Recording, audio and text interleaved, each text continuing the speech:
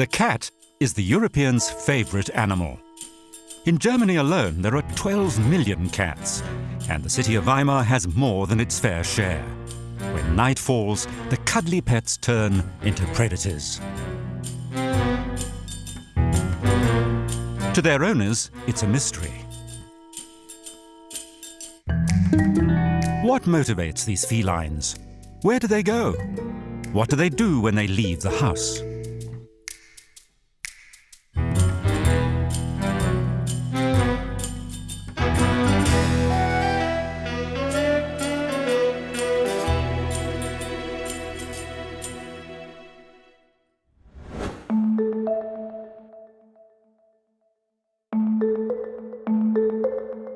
Bauhaus University in Weimar. A central location between the park and the city. The behavioral scientist Dunja Thyssen-Musser has traveled from Hanover to conduct an experiment. She wants to track the nocturnal wanderings of selected cats in Weimar. These collars, especially designed for cats, are essential to her experiment. Zum Glück muss man heute nicht mehr hinter den Katzen herlaufen. Fortunately, you don't have to run after the animals anymore. There are GPS collars for cats that are light and comfortable. They have to get used to the collars for a few days, so they will behave normally when the experiment begins. Go their usual routes and not simply stay at home because they're frightened. But as soon as the cats get used to the collars, they go outside just like before. The GPS transmitters have to be small and powerful. They will constantly signal the exact location of the cats over 5 days. In this experiment, I'm observing cats that are kept as domestic pets, but are able to go roaming when they want to. I'm interested in where these free spirits go. I'm investigating cats in Weimar because it's a very green town and has a large cat population. Currently, there isn't any scientific study of roaming cats in German-speaking countries. First, the behavioral scientist meets cat owners who are curious about what their pets do when they leave the house. Before beginning the experiment, she needs to check if the animals are fit enough.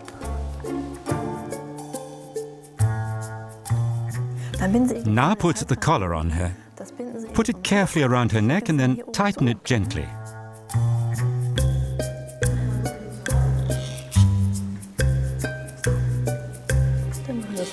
Of course, you should ideally do this relaxed and at home.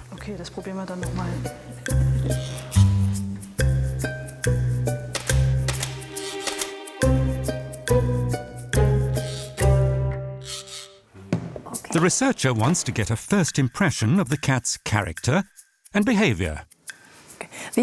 How would you describe him in general? We've never had a cat that was so affectionate. He used to be able to jump up onto our laps, but he can't do that anymore. Now he has to grope his way up. When we get old, we can't jump onto a chair either. Here you can see clearly that his ear has been ripped. Yes, he was in a fight. He used to get into scraps from time to time. And here on the right side of his neck, he has a big lymph node. He obviously has inflammation somewhere.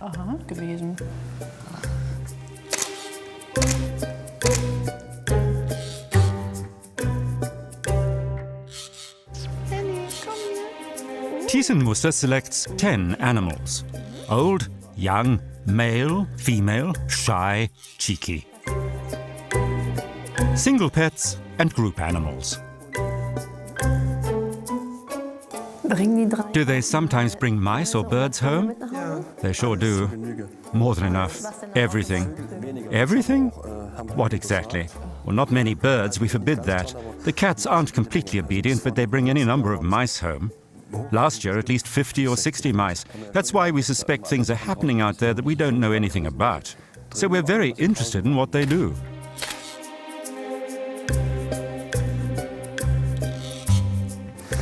Sehr entspannt aus. Just look relaxed, smile casually.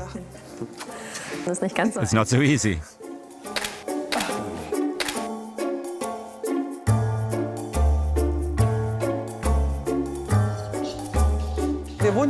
We live just across the way, near the university grounds.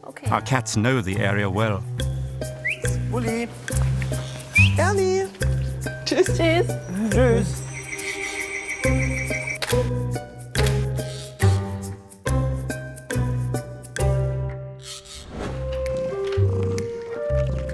The familiarization phase begins.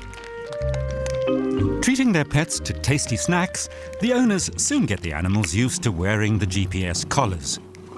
The cats associate them with a reward, test them, and discover that they don't restrict movement in any way.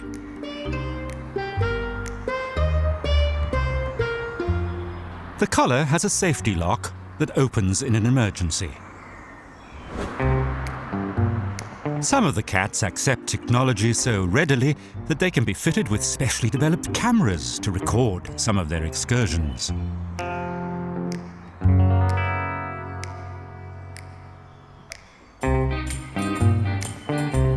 A cat's eye view of the world.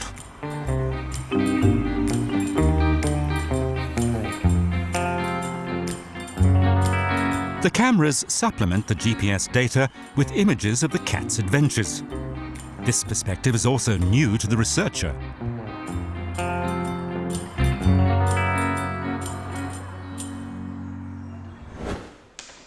The park on the Ilm, in the center of Weimar, forms the core of the research area. Thiesenmusser has made contact with cat owners who live in the vicinity of the park and is helped by a colleague familiar with the area.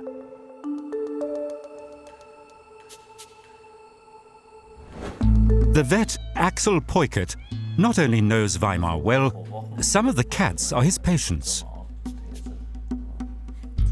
He often walks through the park. The River Ilm divides the park into an eastern and a western section. Grassy meadows characterize the landscape.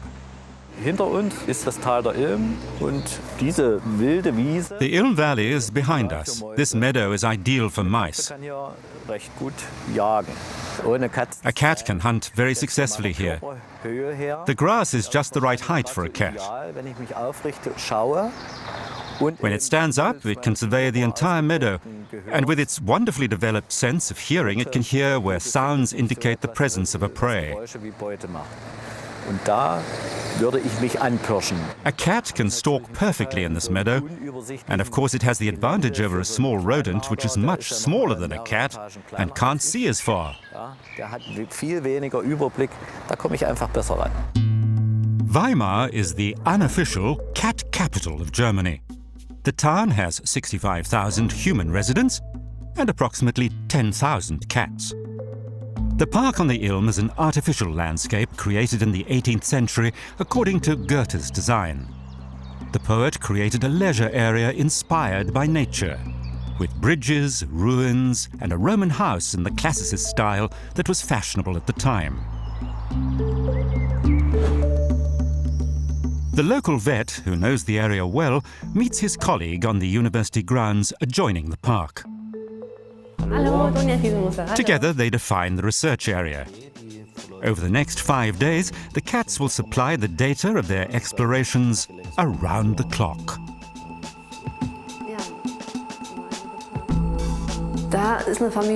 This is a family with 3 cats, Ernie, Wulli and Henning. The interesting thing is that the owners are asking themselves whether Henning crosses the street into the park because they think he's very scared of streets. This is Rudi. He's 15 years old. He also lives close to the park with an elderly couple. He's one of the oldest participants in the research program. He's 15. They told me he was often injured. Yes, he was brought to me often as a patient. These 2 single cats are Zora and Lottie. Zora is the one marked orange. I think they must know each other, not personally, but their pheromones. Vielleicht nicht persönlich, aber über ihre Pheromone sicherlich. Die haben die bestimmt mal wahrgenommen, ja. Over the next 5 days, 10 cats will signal their positions every minute. 600 data units per second. 14,400 per day. The cat researcher will gather tens of thousands of data units. These she will read and analyze to study the area in which the cats prowl. Also mich interessiert besonders zu I'm especially interested in finding out how big their territories are. wenn wir jetzt wissen, Weimar. Since we know there are a lot of cats in Weimar, their territories are probably smaller than, say, that of a farm cat in the countryside. I'm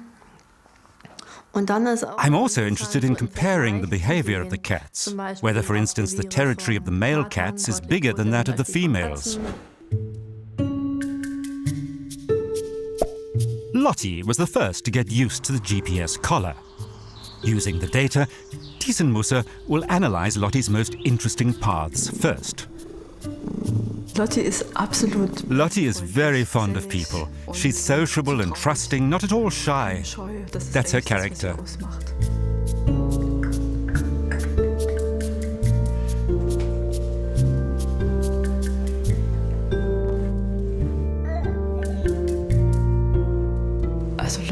Lottie loves children as well. Of course, you have to watch out when the little one grabs her that nothing happens. But actually, Lottie gives good signals. One unambiguous signal that Lottie gives several times a day is that she wants to go outside. She starts staking out her core territory in the garden. Through scent glands in her head, cheeks, and paws, she scatters her individual pheromones. This is her domain. I'm very curious to know what she's doing when she's outside and how far she roams. On her travels, Lottie registers the scent marks of other cats, thus recognizing her own boundaries. During the day, she makes lots of little excursions near the house, without a specific destination. Her longest route on the first day takes a westerly direction.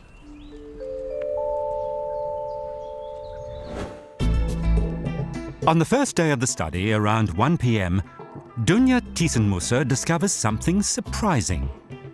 The behavioral scientist is analyzing Lottie's data, thousands of time and position points. In the case of Zora and Lottie, who live in the same area, I was mainly interested in finding out whether they know each other and share a territory, or whether perhaps one runs there and the other takes another direction. Reconstructing this 60-minute excursion from the day's data gives the researcher useful information. Apparently, it's a trip to the border, at which the two animals spy on each other without an actual sighting. They can smell each other.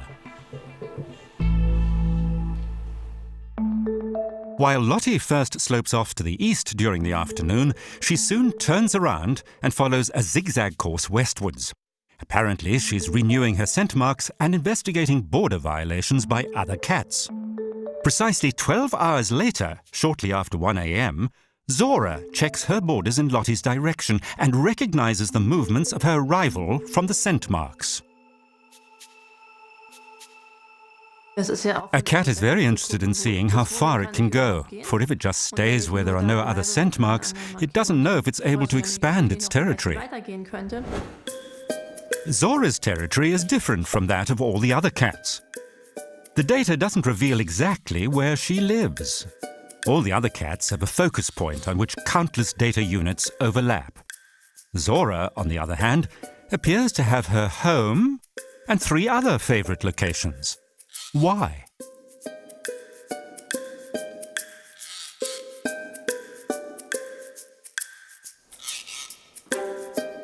She has lots of space, kind owners, and good food. Actually, she should be perfectly content. But she gets disturbing signals from a distance.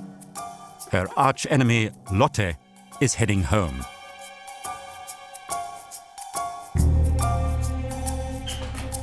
Lotte. Just hearing the dog Lotte freaks Zora out. Cats have extremely good hearing. They can direct each of their ears individually, and a pocket of skin on the edge of the ear enables them to listen in a precise direction.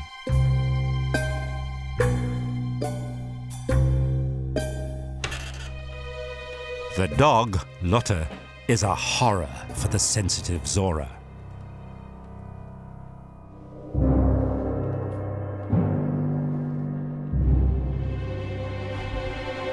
No danger, but massive stress.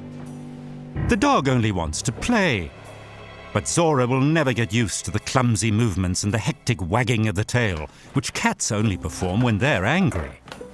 The dog takes over her territory. When Zora lived here on her own, she was the queen. It all belonged to her. She ruled over every room and had several places where she slept. That was over when our dog Lotte moved in. At first she retreated to the upper floors. Und dann haben wir es geschafft über eine... And then, after a long time, we managed to establish a sort of peaceful coexistence.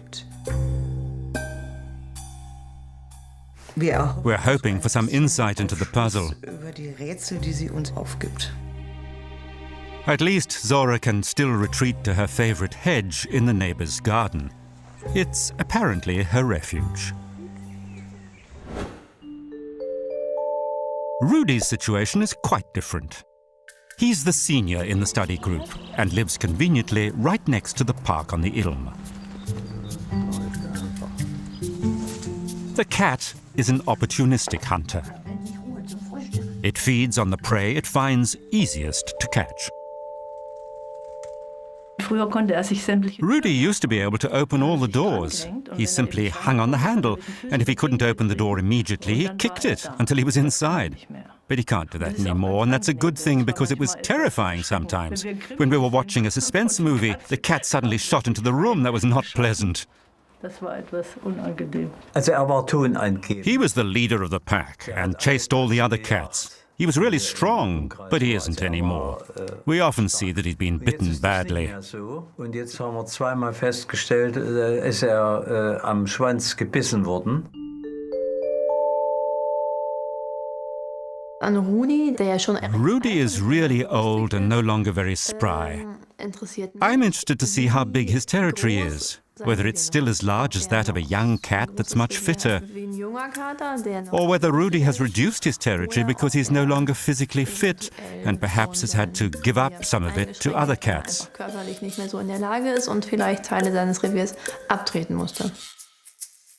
During the day, Rudy walks mainly through the neighbors' gardens on the edge of the park. In daytime, the park is very crowded. Interesting, but dangerous. When a dog invades his territory, Rudy arches his back. He puffs himself up and prepares to defend himself against the aggressor, instead of running away.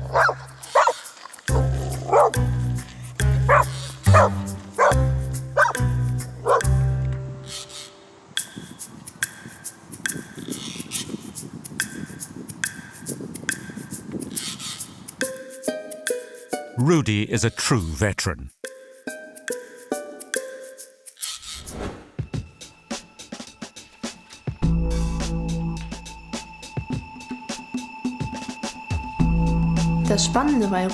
It's interesting that Rudy often makes just short excursions. But once a day, he deliberately makes a longer sortie, which takes between 45 minutes and an hour. And he varies these tours. Sometimes he goes north, sometimes south, sometimes west, so that although he doesn't walk nearly as much as the other cats, he still has quite a large territory.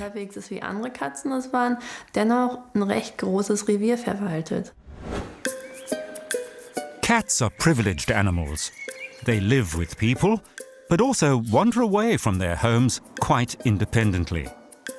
When they return, they often clean themselves immediately. They aren't just removing dirt and combing fur through their rough tongues. They're taking in new smells. For cats, cleaning is simultaneously hygiene, analysis, and relaxation.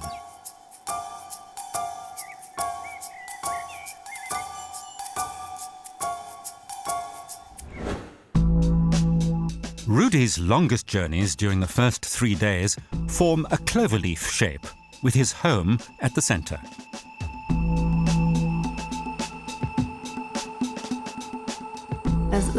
It's a very energy-efficient way of controlling a territory. Rudy is much more efficient than all the other cats, which refresh their marks everywhere, every day. He's very well organized, one day here, one day there. If a cat refreshes its scent marks about once a week, that's quite sufficient.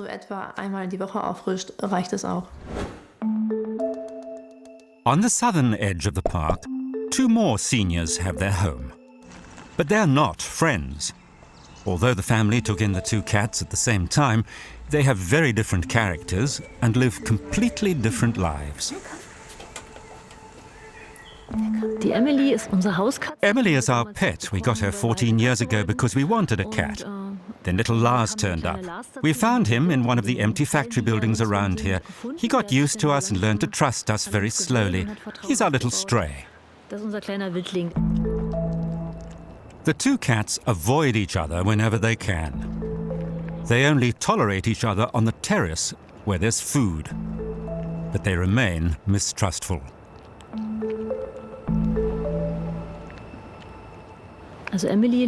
Emily spends about 90% of her time in the house. She's now so old that she wants to stay indoors. That's also her territory. If Lars comes inside, she snarls and actually bolts. Outside, it's the other way around. That's Lars's territory. When Emily goes outside, he chases her away. Lars doesn't live in the house with the family. He sleeps in the shed next door. It took a lot of time and patience to win the shy cat's trust. He's still very timid and cautious. He runs away from disturbances and things he doesn't know.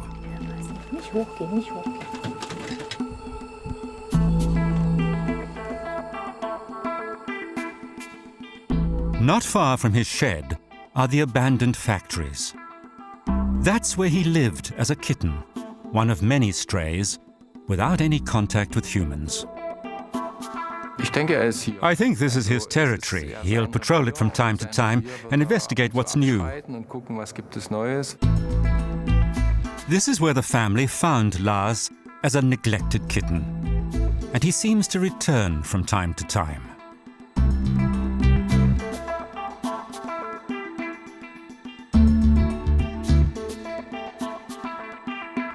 Surprisingly, although they view Lars as a wild cat, his territory is almost exactly the same as that of his domestic rival. Lars is also a stay-at-home. These 2 have the smallest territory of all the cats in the study, and they take turns using it, sometimes only for a few minutes.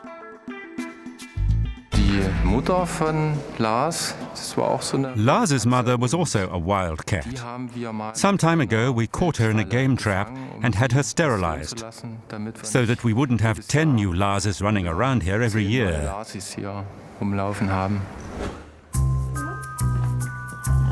Orphaned strays, like those that the animal conservationists take to the vet Axel Peukert.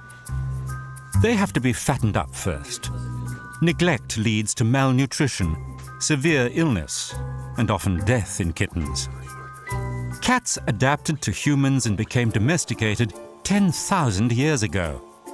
Left to their own devices, they suffer from neglect. Also denen geht's relativ gut. Die sind ja nett, ja. These ones are doing pretty well, but some have terrible open joints or such bad diarrhea that you want to hold your nose. I'm used to a lot of things, but that's no joke. Einfach nur die Nase zumachen wollen und ich bin viel gewöhnt. Sometimes you have to make a selection.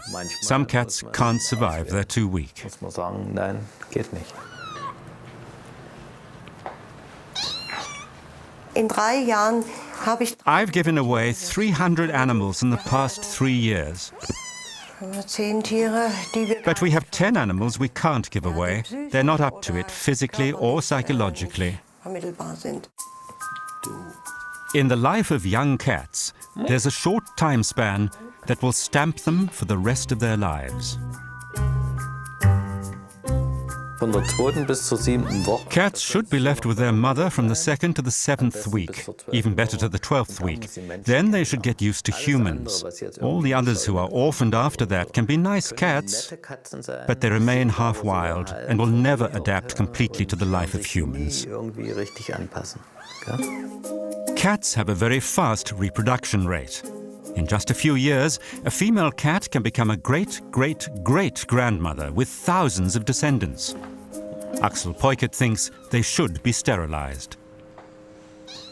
Ich kenne viele Menschen, die eben sagen, ja. I know a lot of people that think sterilization is mutilation. Aber es kann natürlich nicht sein, But of course, we don't want little creatures that are just suffering. Geschöpfe rauskommen, denen es einfach nur elend geht. Die verbergen, They hide and we don't see wir it. sehen das einfach nicht. Chronic rhinitis, blind in one eye, but this one survived. Peukert has saved many stray cats like Mira. Sie will jetzt eine neue Besitzerin. She's doing well. Now she needs a new home. Okay, der geht's gut und die Katzendichte, The cat population is so large in Weimar that a cat can't feed itself alone. das geht einfach nicht. Die können sich These animals are nicht dependent ernähren. on Das humans. romantische Denken, ja. It's not romantic at all. On the contrary, wild cats suffer terribly. Leider so nicht. 3 cats have found a good home close to Bauhaus University.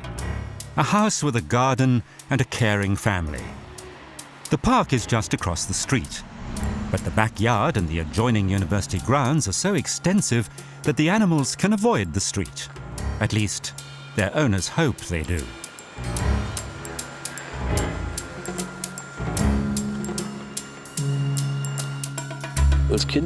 When I was a child, I saw our cat being run over by a truck and her eyes bulging out. I still have this image in my head. After that, I said, never again. After all, you really get attached to a cat. Then it suddenly happened. Ernie entered our lives. And then one thing led to another. After Ernie, 4-year-old Wully came along and had a kitten, Henning. He's 2 years old now and also lives with the family. The cats have to make compromises in the house and garden. It's becoming more and more a coalition and coexistence. Without having any great fights, they're able to agree, they tolerate each other, but they also avoid each other.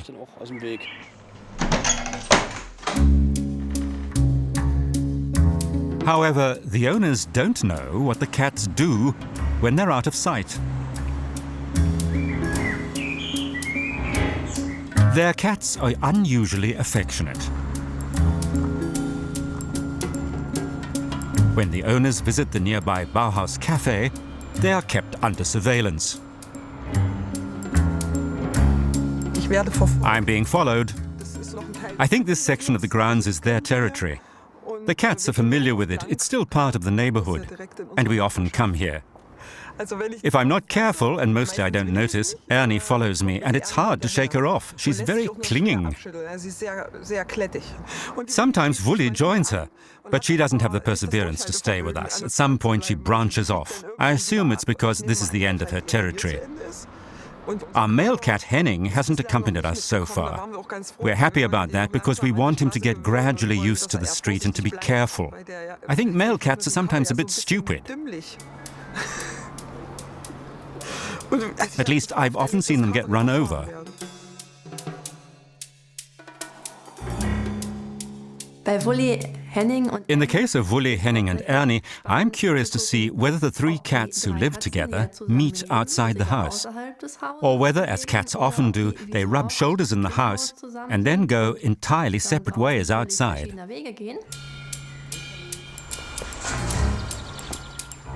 The grounds around the cafe are a huge adventure park.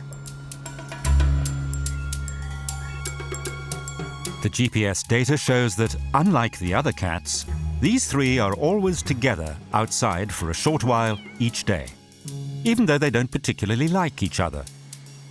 The boundaries between playing and fighting for superiority and status are blurred here.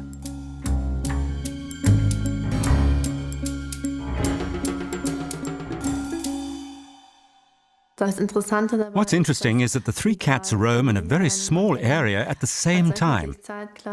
They can see each other there and have learned to tolerate each other. There's heavy traffic on the street in front of their house, a dangerous tarred road to the park. It's difficult for cats to judge how fast cars are traveling, but they can learn to cope with the danger.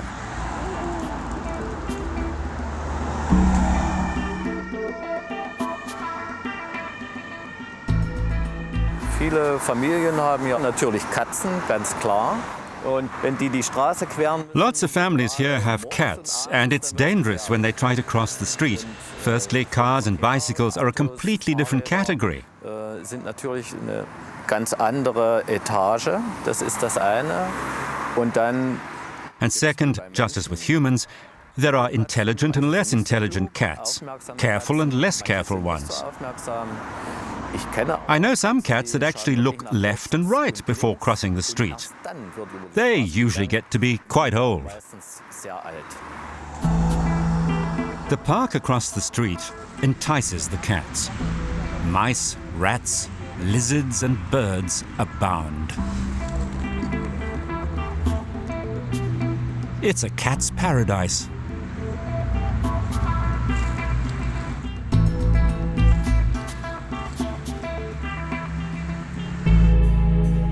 It's a mix of games and real mouse hunts. Sometimes they even hunt their own species. The cat's prey is small, so they never hunt in groups, always alone. A mouse is only enough food for one cat.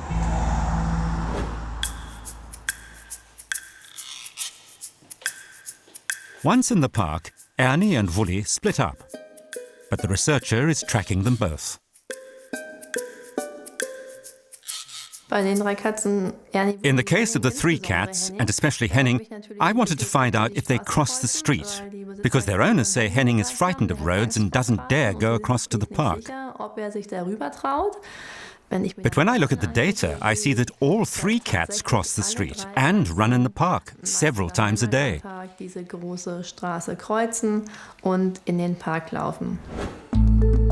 The 50-hectare park has a mixed landscape. Irregular-shaped meadows with flower beds and trees. Relaxing for humans, it's an irresistible hunting ground for cats. Cats are prowlers. They scent the air and listen for their prey. They lie in wait to ambush it, and then they pounce.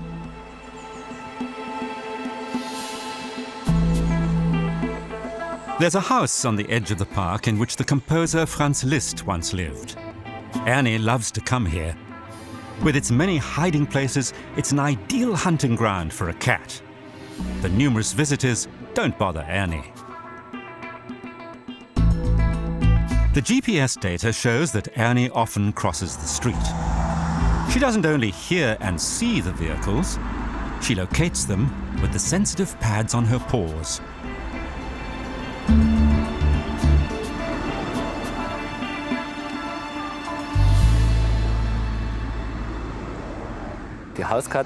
Of course, the domestic cat has adapted to humans. Not as much as dogs, but the cat has certainly adapted. It doesn't have to hunt anymore. The can opener supplies her with enough food. The domestic cat has an energy requirement of about 40 kilocalories. That's not very much, a little bag of food. But she has a hunting instinct that regularly asserts itself.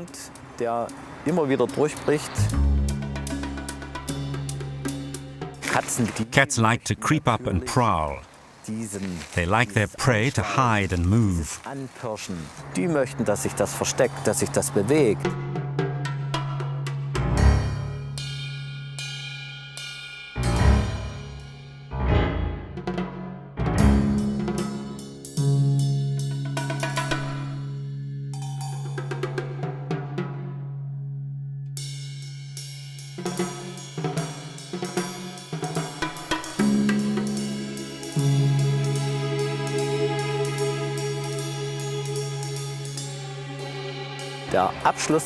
To a cat that's not hungry, the kill itself is uninteresting.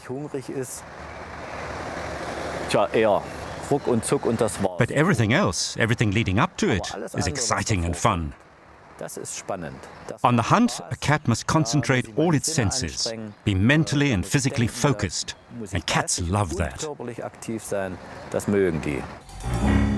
To humans, they resemble children. Big eyes, snubby noses, round faces, cute. But cats are beasts of prey, efficient, fast hunters.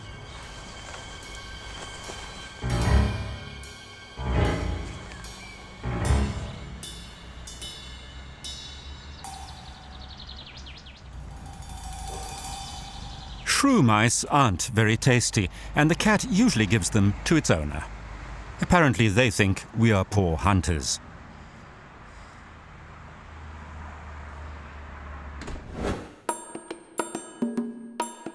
Food is also the focus in the new housing settlement east of the park. Klaus Wölkchen knows the area well. Every day he goes foraging, but in a different way. The cat population is especially high in this district. There are cats living in many of the houses.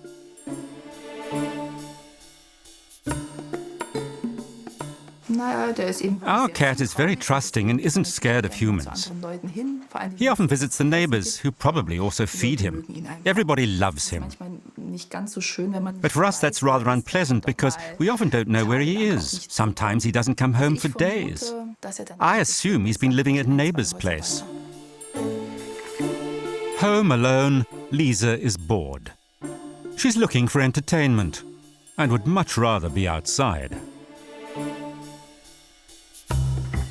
Scrounging is Klaus Wölkchen's speciality. As a classic visitor cat, he has a daily routine. The popular feline knows where the best food is available. Everything small and fast-moving excites Lisa.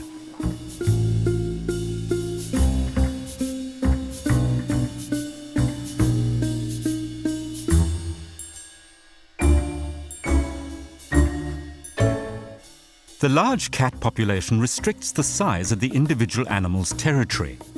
Even the neighbor's yard is often out of bounds. But the rivals' feeding bowls are simply irresistible. Violated boundaries are often the cause of disputes.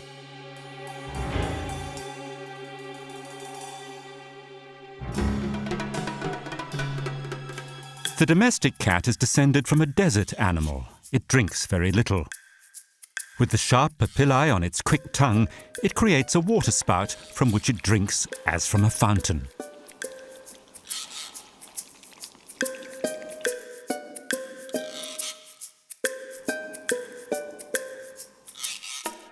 Klaus Wölkchen doesn't give up. He's always trying to extend his small territory, even when visiting the neighbors. Cats are curious. They're always testing the boundaries.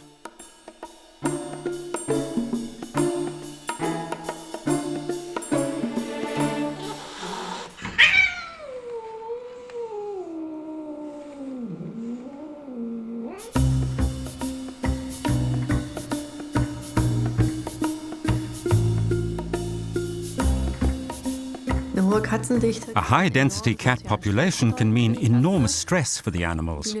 Lots of people think, I'll buy myself a cat, I have a garden which the cat can use. But that's not always the case. The garden may already be part of another cat's territory, and your cat doesn't dare go out into its own yard.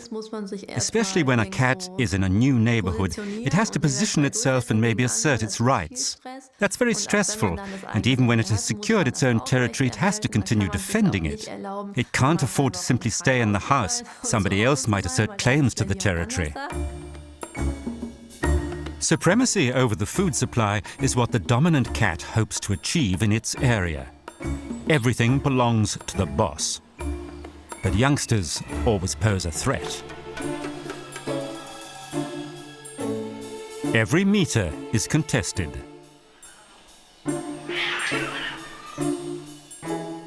Each animal defends its territory and continuously tries to expand it. Cats usually settle their territorial disputes with threatening gestures, at a distance. Only rarely does it come to claws and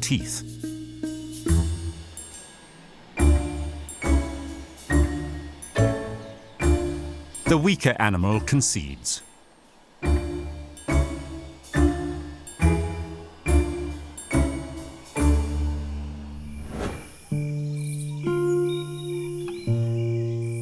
When night falls and calm descends upon the town, the cats are at their most active. Lottie embarks on a major sortie. In the daytime, she only makes short excursions. Now she becomes adventurous. She moves faster and more frequently in the dusk than at other times.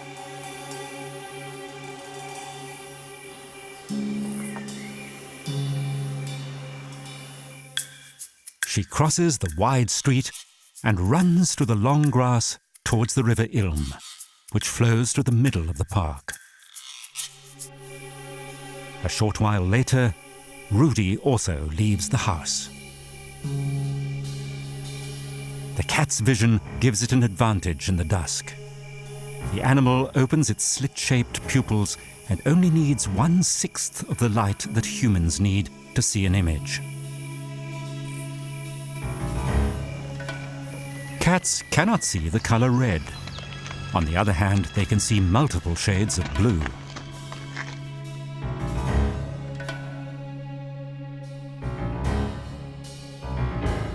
All its senses are alert.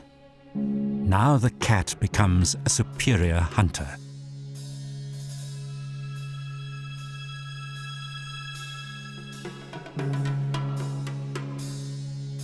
This evening, the old swing bridge across the Ilm happens to be the scene of a border conflict. Rudy approaches from the east. Lottie advances from the west. The meeting is unintended and unpleasant for both cats.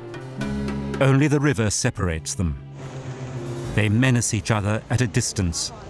Neither dares cross the bridge. Rudy is making one of his highly efficient excursions tonight. This time, he's patrolling the middle of the park.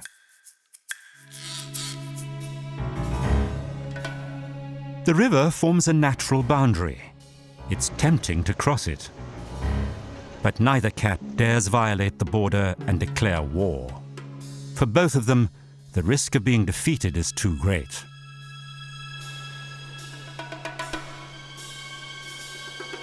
A truce. The two cats respect each other's territory, at least for tonight.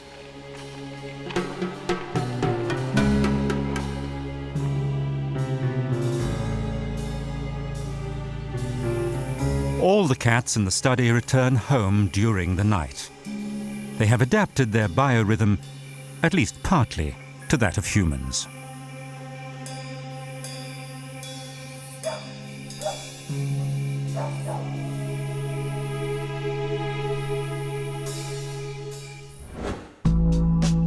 The data shows that Lottie is more cautious than other cats. She only crosses the busy street in Rudy's direction in the twilight. Her territory borders on Zora's in the west and on Rudy's in the east.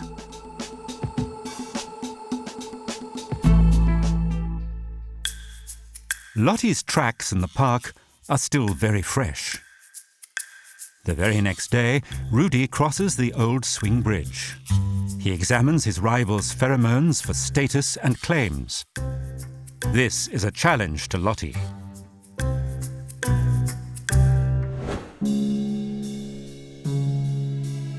The three cats in the northwest section of the park also meet tonight in the university grounds and sit for a while together, quite peaceably.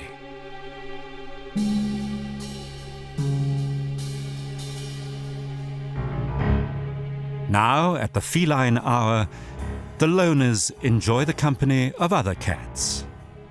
A mysterious phenomenon that has often been observed by researchers, but never explained.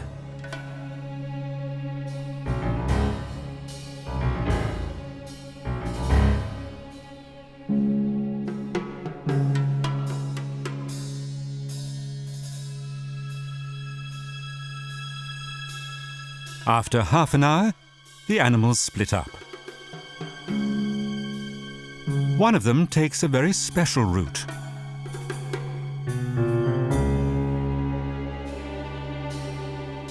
Henning runs through the park to List's house, across a bridge in the direction of Goethe's garden house, and in a wide arc across another bridge back home. The excursion lasts an hour. Henning's owners think he only has a small territory. But almost every night, he runs kilometers, crossing lots of streets, and only then rests in the yard. Of all the cats in the study, Henning has the largest territory. It stretches in all directions and often takes him deep into the park. Henning's territory is 5 times bigger than that of the other cats in his family. Just 2 years old, he's the youngest in the study. The data clearly shows that male cats and young animals have much larger areas of activity than females and older cats. Presumably, Rudy also used to have a much larger territory. At the end of the research week, some of the cat owners meet in Rudy's garden. The vet, Alex Peukert, will present the initial results. Let's see what Lottie does all day. Apparently, she has an enormous territory. That's incredible. Every day she crosses Belvedere Allee, goes to the park, crosses the street again here.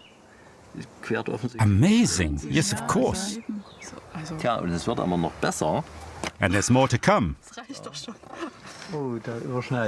The territories overlap.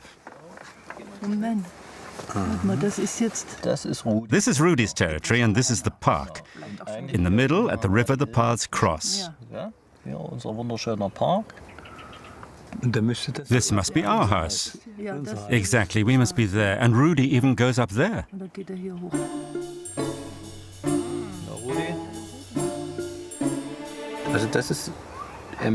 This is Emily's radius, and this is Lars's territory. Identical. But they patrol the territory at different times. They alternate and avoid each other. Lars follows the exact same route as Emily and wonders, what has she been doing?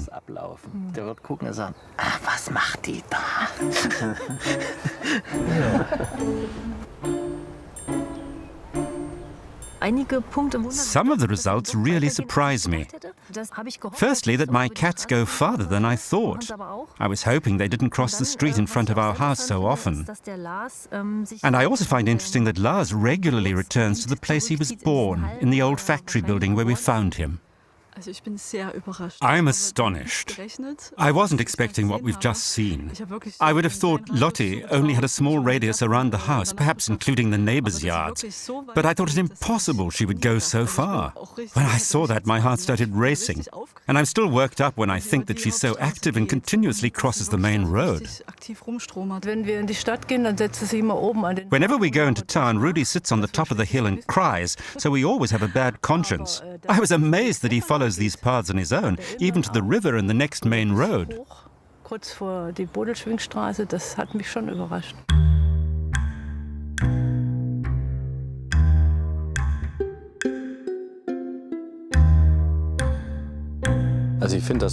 These results are extremely interesting. Now I can show pet owners how big the territory of their cats can be.